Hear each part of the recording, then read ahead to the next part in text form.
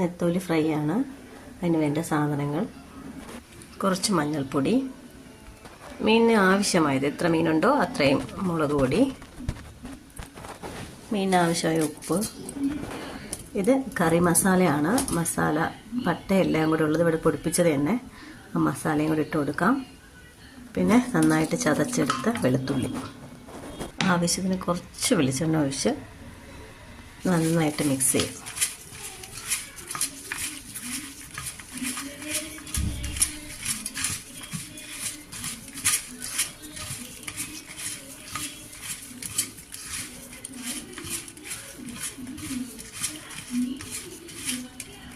ഇതുപോലെ മിക്സ് ചെയ്തെടുത്തിട്ട് ഇനി നമുക്കിതിനകത്തേക്ക് മീൻ ഇട്ട് കൊടുക്കാം. നെത്തോലി ഇട്ട് കൊടുത്തു. ഇനി നമുക്ക് നന്നായിട്ടൊന്ന് പുരട്ടിയെടുക്കാം. നന്നായിട്ട് എല്ലാ ഭാഗത്തും മസാല പിടിച്ചിട്ടുണ്ട്. നന്നായിട്ട് മസാല ആയിട്ടുണ്ട്. വെളുത്തുള്ളിയൊക്കെ നന്നായിട്ട് മീനിൽ പിടിച്ചിട്ടുണ്ട്. ഇനി നമുക്കിതിനെ വറുത്തെടുക്കാം. ഇനി ഇരുമ്പിച്ചട്ടി ഗ്യാസിലേക്ക് വെച്ചിട്ടുണ്ട്. ചൂടായി കഴിഞ്ഞതിന് ശേഷം നമുക്ക് എണ്ണ ഒഴിച്ചിട്ട് ഫ്രൈ ചെയ്യാനുള്ള മീനിട്ട് കൊടുക്കാം. ചട്ടി ചൂടായി ഇതിനകത്തേക്ക് വെളിച്ചെണ്ണ ഒഴിച്ചു കൊടുക്കാം. കുറച്ച് കറിവേപ്പില. ഇനി നമുക്ക് മീനിടാം. നന്നായിട്ട് നമ്മൾ നെത്തോലി ഫ്രൈ ആയതിന് ശേഷം, നന്നായിട്ട് മൂത്തതിന് ശേഷം മാത്രം നമ്മൾ തിരിച്ചിട്ട് കൊടുക്കാം. നല്ല എണ്ണയിലേക്ക് ഇടുമ്പോൾ തന്നെ നല്ല മണം വരണുണ്ട്. നമ്മൾ ആ വെളുത്തുള്ളിയുടെയും കറിവേപ്പിലയുടെയൊക്കെ ആ ഒരു, പിന്നെ നമ്മൾ കറി മസാല അത് പൊടിച്ചതും കൂടി ഇട്ടിട്ടുണ്ട്. അപ്പോൾ ഇത് നല്ല ടേസ്റ്റിയാണ് സത്യത്തിൽ.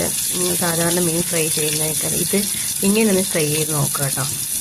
നന്നായിട്ട് ഇങ്ങനെയൊന്ന് ചെയ്ത് നോക്കുക. അപ്പോൾ നിങ്ങൾക്ക് ഇഷ്ടപ്പെടും. ഇത് മാത്രം മതിയായിരിക്കും. നമുക്ക് ചൂട് ചോറും ഈ ഫ്രൈയും ഒത്തിരി നാരങ്ങ അച്ചാറും ഉണ്ടെങ്കിൽ നല്ല ടേസ്റ്റി ആയിട്ട് കഴിക്കാൻ പറ്റും. നല്ല ടേസ്റ്റാണ്. ഇത് നമുക്ക് ഇരുമ്പിൻ്റെ ചട്ടിയിൽ തന്നെ എന്ത് ചെയ്യുക, ഇത് വറുക്കാൻ നോക്കുക. പാനിനേക്കാളും ഇരുമ്പിൻ്റെ ചട്ടിയിലാണ് ഇത് വറുത്താൽ നല്ല ടേസ്റ്റ്. നല്ല അതിൻ്റെ ഒരു പ്രത്യേക മണമുണ്ട്. നല്ല മണം വരുന്നുണ്ട്. എല്ലാവരും ഇത് മസ്റ്റായിട്ട് ട്രൈ ചെയ്ത് നോക്കുക.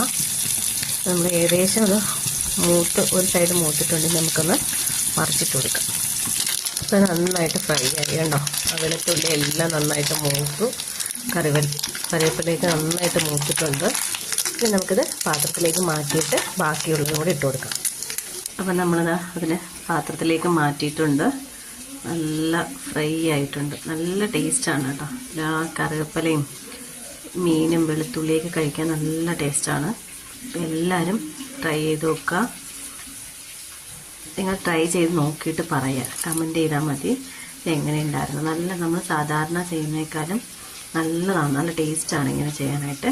പിന്നെ ഒരുപാട് അങ്ങ് മൂത്ത് പോകണ്ട. മീൻ നമുക്ക് കടിച്ച് കഴിക്കുന്ന സമയത്ത് അറിയാൻ പറ്റും. ഒരുപാടങ്ങ് ഫ്രൈ ആയിട്ട് എടുക്കണ്ട. എന്നാലും ഒരു മുരുമുരാവുന്ന സമയത്തേക്ക് എടുക്കാം. നല്ല ടേസ്റ്റാണ്. എല്ലാവരും ചെയ്ത് നോക്കുക. ചാനലൊന്ന് സബ്സ്ക്രൈബ് ചെയ്യുക, ഒന്ന് സപ്പോർട്ട് ചെയ്യുക. ബാക്കിയുള്ളത് നമ്മൾ ഇട്ട് കൊടുത്തിട്ടുണ്ട്. അപ്പോൾ അത് നമുക്കിതുപോലെ ഫ്രൈ ചെയ്തെടുക്കാം. അപ്പോൾ കൃത്യമായിട്ട് എല്ലാവരും ട്രൈ ചെയ്ത് നോക്കണം. നല്ല ടേസ്റ്റാണ്. നമ്മൾ വെളുത്തുള്ളി ഇടാൻ മറക്കരുത്. ചതച്ച് തന്നെ ഇടുക കേട്ടോ. വെളുത്തുള്ളി നന്നായിട്ട് ചതച്ച് അതാ നന്ന കഴുകി വൃത്തിയാക്കിയിട്ട് ഫുള്ള് തൊലിയും കളഞ്ഞിട്ടിടണമെന്നല്ല, അതിൻ്റെ മുകളിലുള്ളൊരു പുറന്തോട് കളഞ്ഞിട്ട് നന്നായിട്ട് കുത്തി ചതച്ചിനകത്തിട്ടാൽ മതി. നല്ല ടേസ്റ്റാണ്. എല്ലാവരും ചെയ്ത് നോക്കുക.